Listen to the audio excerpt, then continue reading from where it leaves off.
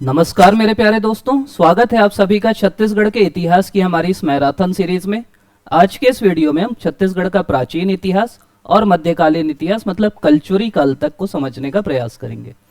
देखिए, मेरा प्रयास ये है कि एक रिवीजन सीरीज है जिसमें जो बिल्कुल महत्वपूर्ण टॉपिक है ना वो आपको मैं बताने का प्रयास करूंगा।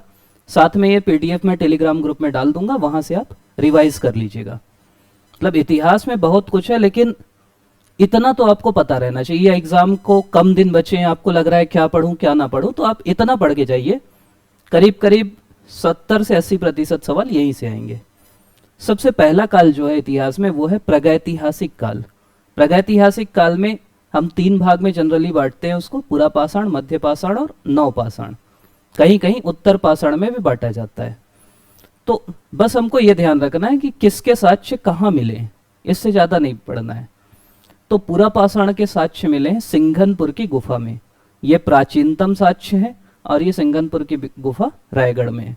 आपको अगर ऐसा कुछ याद रखना है तो आप सिंह से याद कर लीजिए, शेर से याद कर लीजिए। किस पूरा पाषाण काल में शेर गुफा में रहता था, तो ये वहां मिले हैं।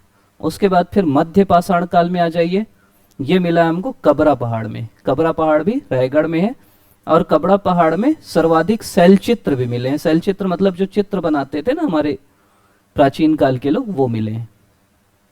एक है उत्तर पाषाण, ये मिला है धनपुर में। धनपुर अभी गौरेला पेंड्रा मरवाही में है और महानदी घाटी में। महानदी घाटी में तो सभी चीज के अवशेष मिले हैं, आप ये मानिए, क्योंकि महानदी बहुत बड़ी है ना। तो ये उत्तर पाषाण हो गया। फिर है नवपाषाण काल। नवपाषाण काल के अवशेष मिले हैं अर्जुनी, चितवा डोंगरी, बोन टीला और टेरम में। ठीक, 4 जगह मेन है, अर्जुनी, चितवा डोंगरी, बोन टीला और टेरम। हम लोग ना जब याद करते थे तो इस टाइप का सोचते थे कि अर्जुनी ना मतलब अर्जुन जो है अपनी चिता में, एक होती ना कहानी कि मैं इसको मार दूंगा नहीं तो चिता जला लूंगा। तो अर्जुन अपनी चिता में जा रहे हैं और उनकी बोन बोल रही कि भाई मैं तो जल जाऊंगी, इस टाइप का हम लोग। तो वो फिर राम राम बोल रहे हैं, टेरम राम। तो ऐसे कुछ भी ना वाहियात तरीका भले रहे, लेकिन आपको याद आ जाए। ऑप्शन देख के बस पकड़ना है, ऐसा याद नहीं करना है। मेरे को बोनटीला याद नहीं रहना चाहिए, बस बोनटीला अगर दिखा तो मेरे को पता चल जाना चाहिए कि ये नवपाषाण का है। इसकी जानकारी 2 लोग दिए हैं। इसको भी ऐसा याद रखते थे, भगवान राम, तो भगवान सिंह बघेल, और रामेंद्र नाथ, डॉक्टर रामेंद्र नाथ, तो भगवान राम। ठीक, अब आप अगले काल में आ जाओ। काल है रामायण का। आपको पता होगा कि भगवान राम हमारे भांचा हैं, मतलब माता कौशल्या की जन्म स्थली है। तो माता कौशल्या का मंदिर चंद्रखुरी में है। उस समय दक्षिण कौशल कहा जाता था छत्तीसगढ़ को, और क्योंकि दक्षिण कौशल था तो भाषा ऑब्वियस सी बात है कि कोसली ही होगी। बस्तर को दंडकारण्य कहा जाता था। शिवरी नारायण में आपको पता होगा सबरी के जूठे बेर खाए थे भगवान राम ने। तो सबरी जो है मतंग ऋषि की शिष्या थी, तो यहाँ मतंग ऋषि का आश्रम है। ये बेसिक चीज आपको पता रहना चाहिए। बाकी और कई चीजें हैं कि लव कुश भी यहीं खेले थे, तुरतुरिया में वाल्मीकि ऋषि का आश्रम है। फिर है महाभारत।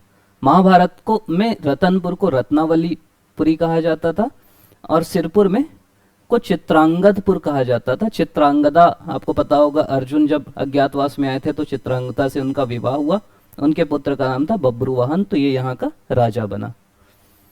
अब अगले काल में आइए, बौद्ध काल में अगर आप देखेंगे तो है बहुत सारा, लेकिन जो आ सकता है वो ये है भोंगापाल। ये कोंडा गांव में यहाँ भगवान बुद्ध की प्रतिमा मिली। ठीक, भोंगापाल। अब आइए जैन धर्म में, तो जो 23वें तीर्थंकर थे पार्श्वनाथ, उनका साक्ष्य मिला है नगपुरा में। ठीक, और ऋषभनाथ जो पहले तीर्थंकर थे उनके नाम से ऋषभ तीर्थ है गुंजी में। दमऊ देहरा भी बोलते हैं इसको, ये शक्ति में पड़ता है। अब अगले काल में आइए मौर्य काल। मौर्य काल में एक मतलब जोगी मारा जो गुफा है वहां लेख मिला है, जोगी मारा जोगी बेंगरा। और सिक्के इनके मिले हैं अकलतरा, ठठारी और तारापुर में। अकलतरा, ठठारी और तारापुर में मौर्य काल के सिक्के मिले हैं। अब आते हैं हम लोग सातवाहन काल।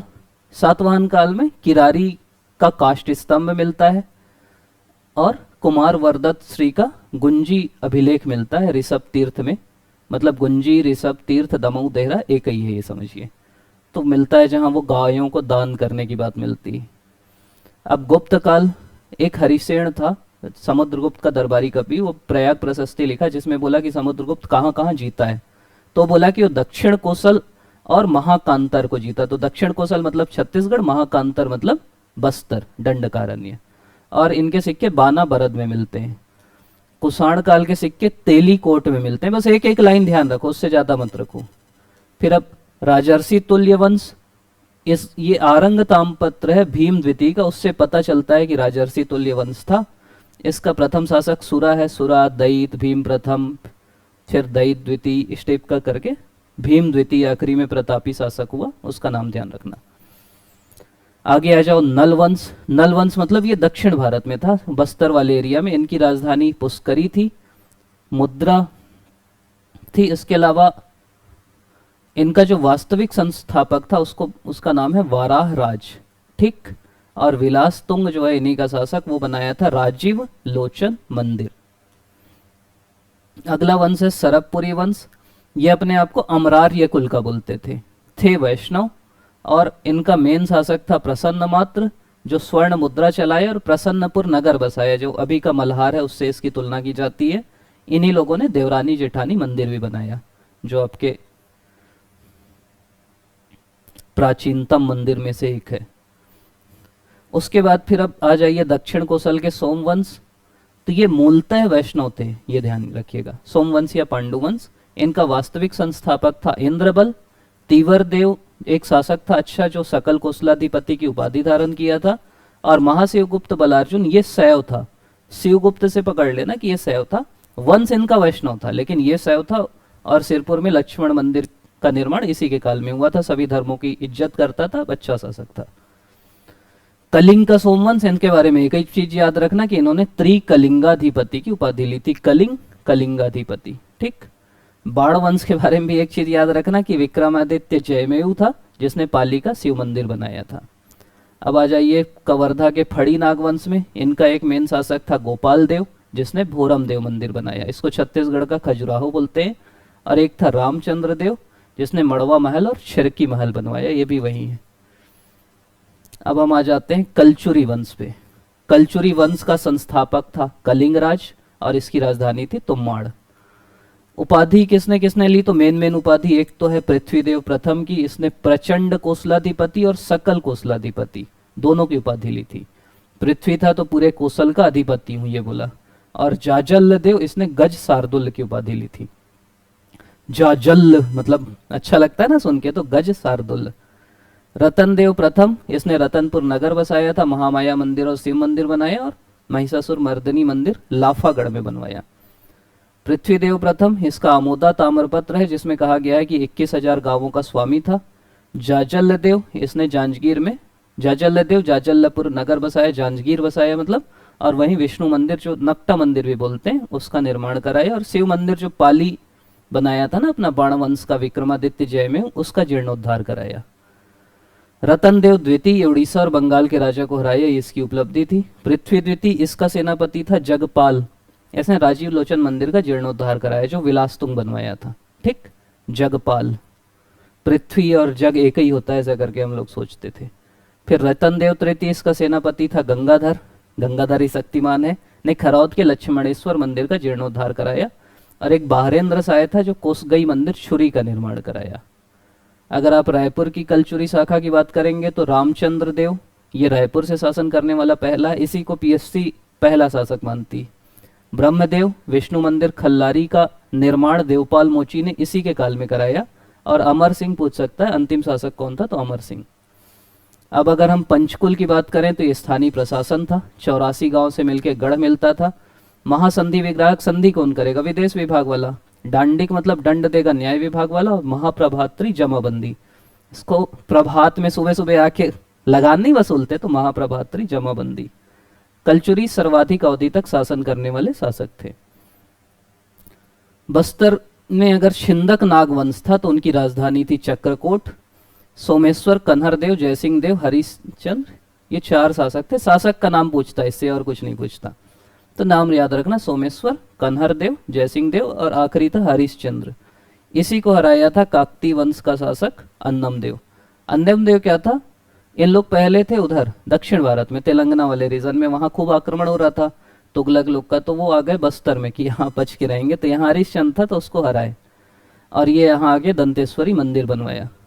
फिर पुरुषोत्तम देव आए, ये रथ यात्रा और गोंचा पर्व चालू किए।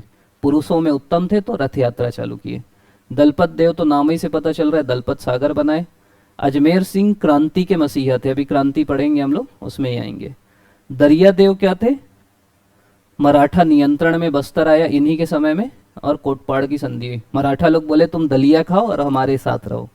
रुद्र प्रताप देव, इनको सेंट ऑफ जेरूसलम कहते हैं, इन्हीं के काल में गुंडाधुर ने भूमकाल विद्रोह किया 1910 में।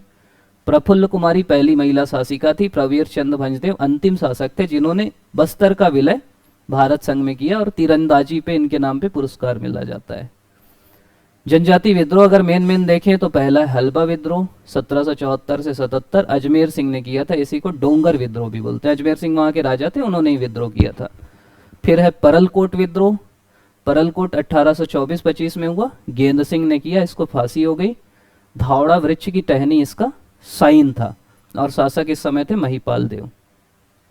फिर तारापुर, ये दलगंजन सिंह ने किया 42 से 54 तक। तारापुर और मेरिया में भूपाल देव शासक थे। ठीक, ऐसा सोच सकते हो, तारा और दलगंजन मतलब तारे में जाके हम अपनी पार्टी बनाएंगे, दल बनाएंगे। ठीक, फिर है मेरिया विद्रोह, हिड़मा मांझी, ये मेरिया ना जिसको उस समय ना बलि देते थे, तो जिसको बलि देते थे उसका नाम, उसको मेरिया बोलते थे, तो उसके खिलाफ हुआ था ये विद्रोह। अंग्रेज बोल रहे थे मत दो, हमारे आदिवासी बोले हम तो देंगे, नहीं दिलाने दोगे तो विद्रोह कर देंगे, इसलिए अंग्रेज फिर बोले यार इनको ना अच्छा काम करना भी ठीक नहीं, आराम से रहो। फिर है लिंगागिरी, ये किए ध्रुवा राम माड़िया। ठीक, और 1856 में ये तीनों विद्रोह ना 56, लिंगागिरी, कोई और मुड़िया हुए हैं भैरम देव के समय में। फिर कोई विद्रोह 1859, ये किया है नांगुल दोरला। इन लोग बोले उस समय साल वृक्ष काट रहे थे, तो बोले अगर वृक्ष काटोगे तो एक साल के पीछे एक सिर। ये पर्यावरण के लिए ना, आपको भले चिपको सोचोगे, छत्तीसगढ़ में कोई आंदोलन सबसे पहला आंदोलन है जो पर्यावरण को बचाने के लिए हुआ। फिर मुड़िया विद्रोह 1876 किए हैं झाड़ा सिराहा। कैसे याद करोगे, मुड़िया मतलब मोड़, सिर मतलब मोड़, तो मुड़िया झाड़ा सिराहा। ठीक, 1876। भूमकाल 1910 गुंडाधुर किया। पूसपाल बाजार में स्टार्ट हुआ, उस समय शासक थे रुद्र प्रताप देव, सेंट ऑफ जेरूसलम, और दीवान थे बैजनाथ पांडा। तो ये हमारा छत्तीसगढ़ का क्या बोलेंगे प्राचीन इतिहास और मध्यकालीन इतिहास करीब करीब खत्म हुआ। आधुनिक इतिहास भी हम लोग ऐसी कोशिश करेंगे कि छोटे वीडियो में खत्म कर दें। आप लोग बोलोगे तो हम लोग एक सीरीज ले आएंगे जिसमें अच्छे समझा देंगे कि अच्छा पूरा पाषाण क्या होता है, मध्य पाषाण क्या होता है, नव पाषाण क्या होता है। लेकिन ये वीडियो उनके लिए जिनका एक आध हफ्ते में एग्जाम है ना, जिनको बहुत समय नहीं है, वो ये वीडियो देखेंगे तो उनको जरूर लाभ होगा।